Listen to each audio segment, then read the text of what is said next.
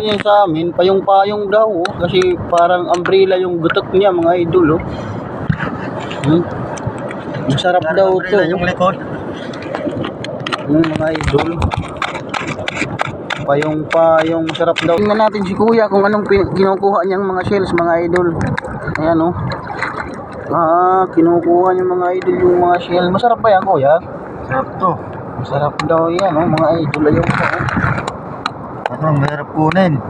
Pinupukpok niya ng ng bato, mga idol. Yung shell, ito, oh.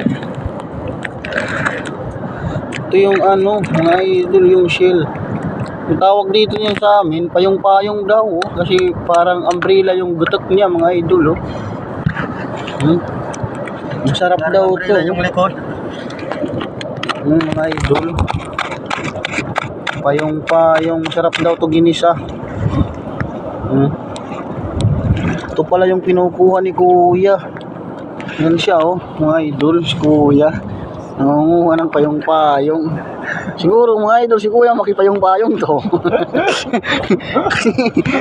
Lagi niyang pinangunguha mga payong-payong, oh, mga idol. Marami na siyang nahuli, mga idol, na payong-payong, oh. Isang bato pa lang yan. Ginigisa lang niya, mga idol, oh. Pinupukpok niya yung mga, ayan, oh, mga idol. Pumipilit siya. Pinupukpok ni kuya. Wala siyang pansukat. Dapat may pansukat ka, kuya, para mabilis makuha ang payong-payong. Malalaki na po, mga idol, oh. Oh, ayan na naman, nakakuha naman siya. Iba talaga si kuya, mga idol. Nandito lang yan sa mga bato-bato, mga idol, nakadikit. Balik natin yung huli ni kuya na payong-payong. Ayan, oh, mga idol.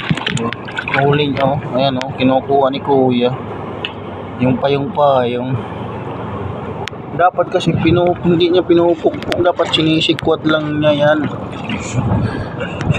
Pero kaya pinupukpok niya. Sige, pukpukin mo na nga, kuya. Kunin mo na para makita namin.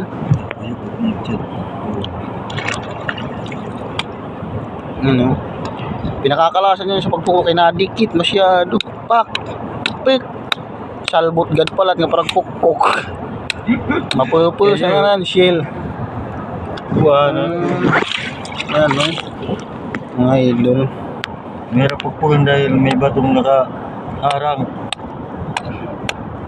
Pinupukpok lang niya. Shout out dyan sa inyo, mga idol, sa mga nakakain na nito. Ano bang pangalan nyo dito, mga idol, sa shells na to?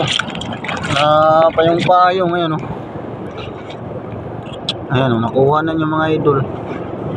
Masarap talaga yan, mga idol. Parang uulan na naman, mga idol, oh.